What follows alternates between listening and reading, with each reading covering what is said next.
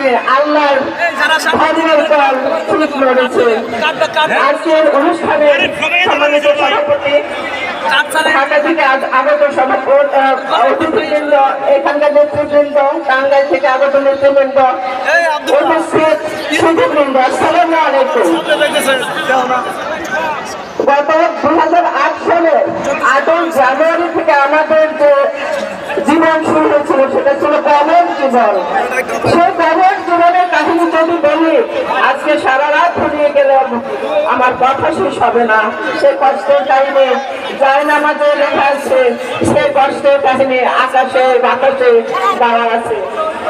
তখন শুধু আল্লাহ ছিল পাশে, আর ছিল আপনাদের দোয়া। আল্লাহ যেখানে আছে, আল্লাহ যার সাথী, তার কিছু লাগে না, তাই না? আমরা ধৈর্য ধরেছি, আমরা কেঁদেছি, আল্লাহর কাছে চেয়েছি, আপনারা চেয়েছেন। আজ শিশুদের, যে শিশুটি জন্ম নেয়নি মায়ের কোলে, যে শিশুটি ছোট ছিল, তার জীবনের উদ্দেশ্য আমি জানি কারো কাছে আব্দুল সালাম বিনতু সাহেব হওয়া তার আদর্শ, এবং সেটা যদি সবাই ভালোবাসেন, আমি মনে করি সেটা যদি লালন করেন তাহলে আর সংসারে হানাহানি থাকবে না।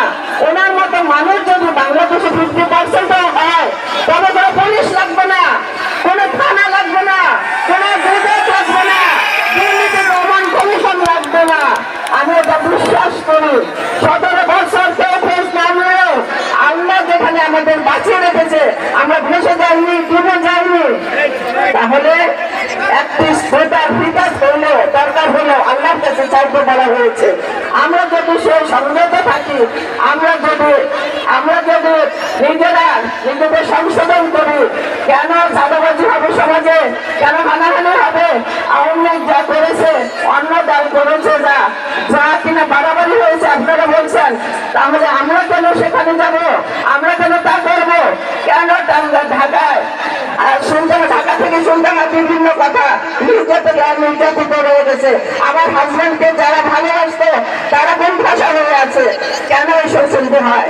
আমি মনে করি আপনারা ভালোর পক্ষে থাকবেন, আমি মনে করি আপনার সত্যের পক্ষে থাকবেন, ধর্মের পক্ষে থাকবেন।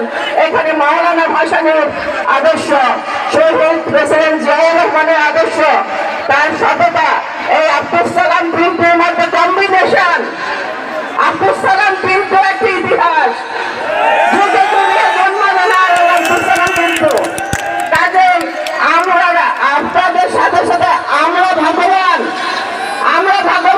এমন একজন ব্যক্তির 2জন সন্তানকে কাছে নিয়ে 17 বছর সাঁতার কেটেছি, 17 বছর সাঁতার কেটেছি, 100 রাত পার করেছি। কাজেই আমাদের সাথে আপনারা আছেন। আমি চাই আমার ফ্যামিলির আরেকজন রাজনৈতিক নেতা হতে যাচ্ছে না টাঙ্গাইল থেকে, আশা করি আগামী ইলেকশনে সুলতান সালাউদ্দিন বাবু, আমার দেবরকেও আপনারা ভালোবাসেন, আমাদের পরিবারকেও ভালোবাসেন, আমার দেবরের জন্য দোয়া করবেন। ওর উপর দিয়ে অনেক জুলুম করেছে, অনেক পরিশ্রম করতেছে। কাজেই ও যেন ওর যথাযথ মর্যাদা ফিরে পায়, আমি সেটা চাই।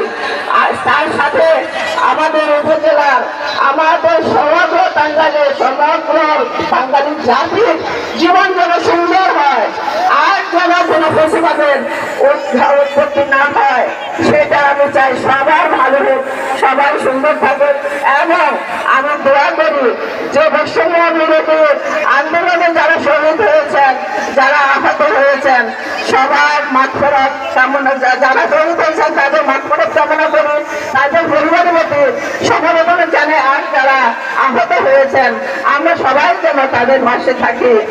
আর যারা আমার হাজবেন্ডের বন্ধু বান্ধব মারা গিয়েছেন তাদেরও রোহের আত্মার মাগফিরাত কামনা করছি।